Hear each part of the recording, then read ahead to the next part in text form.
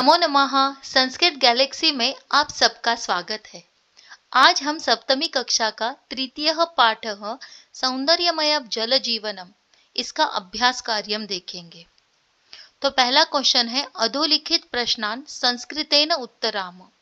नीचे प्रश्नों के उत्तर संस्कृत में लिखिए। पहला क्वेश्चन है मत्स्यस्य मातुल गृहम कुत्र अस्ति। मछली के मामा का घर कहाँ था। उसका आंसर है मत्स्यस्य मातुल गृहम समुद्रे अस्ति। मछली के मामा का घर समंदर में था। दूसरा क्वेश्चन नाना रत्नानि कुत्र लभ्यन्ते।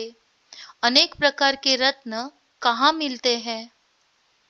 उसका आंसर है नाना रत्नानि समुद्रे लभ्यन्ते। अनेक रत्न समंदर में मिलते हैं। तीसरा क्वेश्चन वन्य जीवनम केन कारणेन संकटापन्न दृश्यते। वन का जीवन किस कारण संकट में आया ऐसे दिखाई देता है।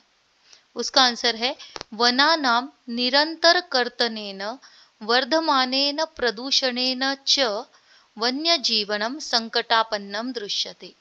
यानी वन का निरंतर कर्तन हो रहा है और उससे प्रदूषण वर्धमान बढ़ रहा है, इसीलिए वन जीवन संकट में आया ऐसे दिखाई दे रहा है।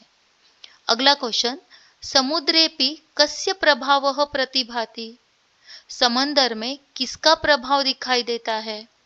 उसका आंसर है समुद्रेपि प्रदूषणस्य प्रभावः प्रतिभाति। समंदर में भी प्रदूषण का प्रभाव दिखाई देता है। अगला क्वेश्चन कस्य रक्षणार्थम उपायाः चिंतनीयाः। किसके रक्षा का उपाय हमें सोचना चाहिए। उसका आंसर है पर्यावरणस्य रक्षणार्थम उपायाः चिंतनीयाः। पर्यावरण के रक्षण के लिए हमें उपाय सोचना चाहिए।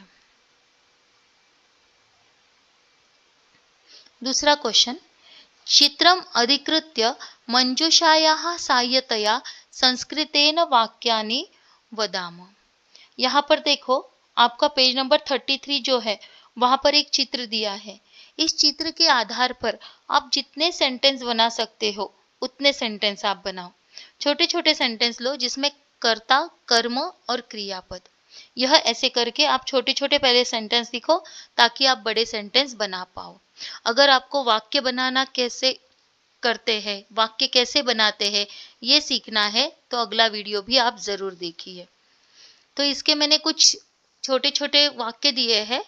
पहला है एतत् चित्रम समुद्र तटस्य अस्ति। हमेशा जो चित्र है उसका हमें सबसे पहले जो चित्र दिखाई दे रहा है उसका पहले वाक्य लिखना है। यह समंदर का चित्र है। षष्ठी विभक्ति होती है। एतत् चित्रम समुद्र तटस्य अस्ति। दूसरा सूर्यः अस्तं गच्छति। द्वे मित्रे शुनकेन सह चलतः। वहां पर दो मित्र शुनक यानी कुत्ते के साथ चल रहे हैं। अगला आकाशे खगाः च उड्डयन्ते। आकाश में पंछी उड़ रहे हैं। पांचवा आकाशे विमानयानम उड्डयते। आकाश में विमान उड़ रहा है। बालिके बालिका गृहम रचयतः। जो बालिके यानी दो बालिका है वो बालुका गृह यानी रेत का घर बना रहे हैं। बालकाः च कंदुकेन क्रीडन्ति। बच्चे कंदुक यानी बॉल से खेल रहे हैं। आठवां चित्रे पयोहिम विक्रेता दृश्यते। चित्र में पयोहिम यानी आइसक्रीम बेचने वाला दिखाई दे रहा है। नौवां है समुद्रस्य तटे प्लास्टिक स्यूतानि दृश्यते। समंदर के तट पर प्लास्टिक स्यूत यानी कैरी बैग, प्लास्टिक की कैरी बैग दिखाई दे रही है। 10वां है समुद्रस्य तटे नारिकेल वृक्षाः दृश्यते। समुद्र के किनारे नारिकेल यानी नारियल के वृक्ष दिखाई दे रहे हैं। इस प्रकार से छोटे छोटे सेंटेंस आप और भी बना सकते हो। अगला क्वेश्चन है अधोलिखित प्रश्नानाम उत्तरम संस्कृतेन लिखामः। अगले प्रश्न के उत्तर फिर से आपको संस्कृत में लिखने हैं। क है समुद्रे के जलचराः वसन्ति। समंदर में कौन कौन से जलचर रहते हैं। इसका आंसर है नानावर्णाः मत्स्याः महामत्स्याः नैकप्रकारकाः कच्छपाः अष्टभुजा कर्कटाः मकराः सर्पाः शम्भुकाः जलाश्वाश्च अनेके अपि जलचराः समुद्रे वसन्ति। यानी अलग अलग तरह के जलचर यहाँ पर रहते हैं।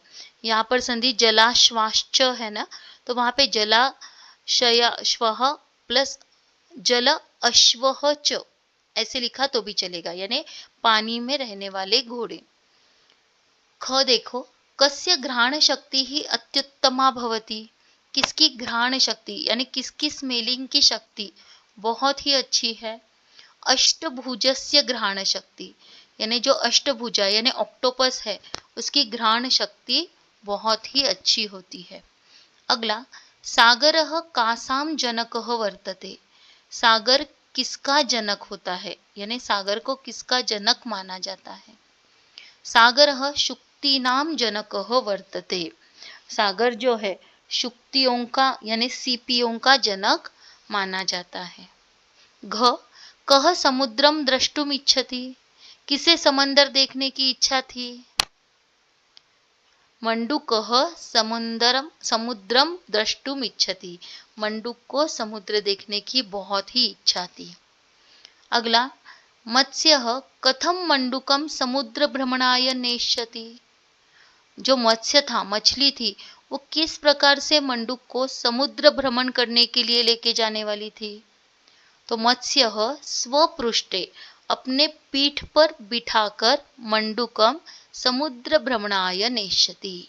यानी पीठ पर बिठाकर मंडूक को समुद्र भ्रमण के लिए लेके जाने वाली थी। अगला क्वेश्चन नंबर 2, उचित कथनानां समक्षम आम अनुचित कथनानां समक्षम च न लिखाम। यानी आम और न, सत्य और असत्य, ये आपको लिखना है। पहला सेंटेंस है क, मत्स्यस्य मातुलः विशाले समुद्रे वसति। मछली के जो मामा का जो घर था वह विशाल समंदर में था। इसका आंसर है आम। अगला, डॉल्फिन नाम महामत्स्यः सुंदरः बुद्धिमानः च जलचरः। डॉल्फिन यह बड़ी मछली बहुत ही सुंदर और बुद्धिमान थी। आम। तीसरा, वनम शुक्तीनां जनकः वर्तते। न। ग, प्रवालस्य उपयोगम जनाः भोजन रूपेण कुर्वन्ति।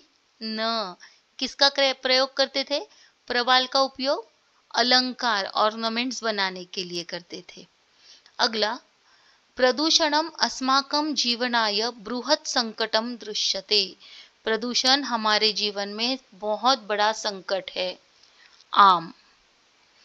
अगला, मंडूकः वन भ्रमणाय अगच्छत्। मंडूक वन भ्रमण करने के लिए गया था। अब तीसरा क्वेश्चन, विकल्पेभ्यः समुचितम उत्तरम चिनुआम। यानी आपके यहाँ पे कुछ विकल्प दिए हैं, उस विकल्प में से आपको सही आंसर ढूंढना है। इसका पहला क्वेश्चन है, बहु दिवसानंतर कह नदी प्रति आगतः। बहुत दिन के बाद कौन नदी पर आया। मत्स्यः मछली। दूसरा, महामत्स्यः कान खादन्ति। बड़ी मछलियां किसको खाती है। लघु मत्स्यान। गुड। तीसरा, कह अति विशालः भवति। कौन बड़ा है। सागरः। घ, कह शरीरेण सुकोमलः मांसाहारी भयावहश्च भवति। कौन शरीर से सुकोमल मांसाहारी और भयानक है। अष्टभुजः यानी ऑक्टोपस। अगला, एतेषु किम सागरे न प्राप्यते। इसमें से सागर में क्या नहीं मिलता। पुष्पाणि। Very good. अगला, अनुप्रयुक्त व्याकरण। तो अधोलिखितानि विशेषण पदानि विशेष्य पदैः सह समुचितम मेलयाम। यानी विशेषण और विशेष्य इनका आपको मेल करना है। तो विशेषण पद यहाँ पर दिए हैं और विशेष्य पद दिए हैं, आपको मेल करना है। यहाँ पर मेल करके ही दिया है। पहला देखो, विविधता पूर्णम जल जीवन मौक्तिकानि नैकवर्णीयानि। बुद्धिमान महामत्स्यः, अनेके जीवाः, विशालः समुद्रः और प्रसन्नः मत्स्यः। इस प्रकार विशेषण विशेष्य पद की यहाँ पर मेल करके ही दिया है। दूसरा क्वेश्चन, अधुलिखितेषु रंजित पदेषु संधि संधि विच्छेदम वा करवाम। यानी नीचे जो रक्त रंजित पद है, रंजित पद यानी कलरफुल जो वर्ड है, उनको आपको क्या करना है, उनकी संधि या संधि विच्छेद करना है। देखो पहला, अद्य दिवसानंतरम दर्शनम जातम। रक्त रंजित पद है दिवसानंतरम, उसकी संधि हुई दिवस प्लस अनंतरम। अगला, तदा तु तत्र अनेके प्लस अपि जीवाः स्युः। अनेके प्लस अपि की संधि हुई अनेकेपि। अगला, मया तु अनेकेषां नामपि प्रथमवारं श्रुतम्। नामापि, नाम प्लस अपि। अगला, अस्य घ्राण शक्तिः अत्युत्तमा भवति। अत्युत्तमा की संधि अति प्लस उत्तमा। अगला, अत्रापि अनेके पशवः पक्षिणश्च वसन्ति। यहाँ पे संधि है अत्रापि, अत्र प्लस अपि, और पक्षिणश्च संधि पक्षिणः प्लस च, यहाँ पर दो संधियां है। अगला, यस्य प्लस उपयोगम जनाः आभूषण रूपाणि कुर्वन्ति। यस्य प्लस उपयोगम, यस्योपयोगम।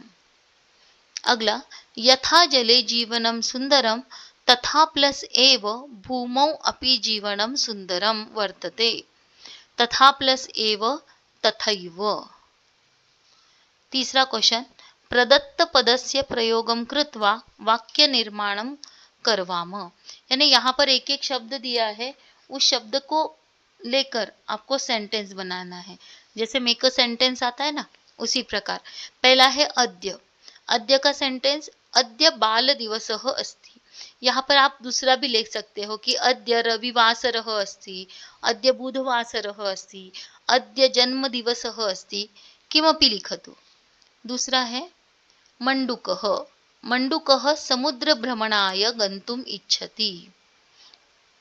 इस प्रकार आप मन से भी लिख सकते हो। यहाँ पर एक आइडियल तौर पे एक एक सेंटेंस दिया है।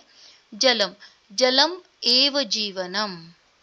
अगला, समुद्रे, समुद्रे अनेकाः जलचराः वसन्ति। रत्नानि, समुद्रे रत्नानि सन्ति। कुत्र, पुस्तकं कुत्र अस्ति, मम गृहं कुत्र अस्ति, एवमेव प्रकारेण। अगला, नृत्यम, बालिका नृत्यम करोति। इस प्रकार से आप अलग अलग सेंटेंस भी कर सकते हो। अब लास्ट का क्वेश्चन है, रंजित पदानि आधृत्य प्रश्नवाक्यम निर्माम। यानी अब कलरफुल जो शब्द है उसके आधार पर आपको प्रश्न बनाना है। पहला है, भूमौ अपि जीवनम सुंदरम वर्तते। अब यहाँ पे रक्त रंजित कलरफुल वर्ड है जीवनम, इससे हमें प्रश्न बनाना है। तो आंसर आएगा भूमौ अपि किम सुंदरम वर्तते। यहाँ पे जीवनम है तो किम आया। दूसरा, पिकस्य मधुर ध्वनि सर्वेषां मनः आनंदयति। आंसर पिकस्य, यह आंसर है। क्वेश्चन बनाने के लिए हम करेंगे कस्य। कस्य मधुर ध्वनि ही सर्वेषां मनः आनंदयति। अगला, वन्यजीवाः किंचित चिंतिताः आसन्। वन्यजीवाः आंसर है, इसका क्वेश्चन बनाना है। तो वन्यजीवाः बहुवचन है, तो के किंचित चिंतिताः आसन्। अगला, वन्यजीवनं प्रदूषणेन संकटापन्न दृश्यते। प्रदूषणेन, यह आंसर है। इसका क्वेश्चन बनाते समय हमें तृतीया विभक्ति लेनी पड़ेगी, क्योंकि उसका आंसर तृतीया विभक्ति में है। तो आंसर है वन्य जीवनम केन संकटापन्नम दृश्यते। अगला है, अहमपि समुद्रम द्रष्टुम इच्छामि। समुद्रम रक्त रंजित पद है, तो इसका क्वेश्चन बनाते समय हम करेंगे अहमपि किम द्रष्टुम इच्छामि। समुद्रम है इसीलिए किम। अगला और लास्ट का क्वेश्चन है, तेभ्यः स्वरक्षा करणीया भवति। स्वरक्षा, स्वरक्षा स्त्रीलिंगी है, इसीलिए इसका क्वेश्चन बनाते समय हम तेभ्यः का करणीया भवति, इस प्रकार लिंग वचन के अनुसार हमें यह प्रश्न निर्माण करने होते हैं। हमें इसके लिए वचन का भी ख्याल रखना पड़ता है, यानी लिंग वचन देखकर हमें प्रश्न बनाना पड़ता है। इस प्रकार इसका जो अभ्यास कार्य हम यहाँ पर दिया है, यह आप अपने नोटबुक में लिख लो। धन्यवाद।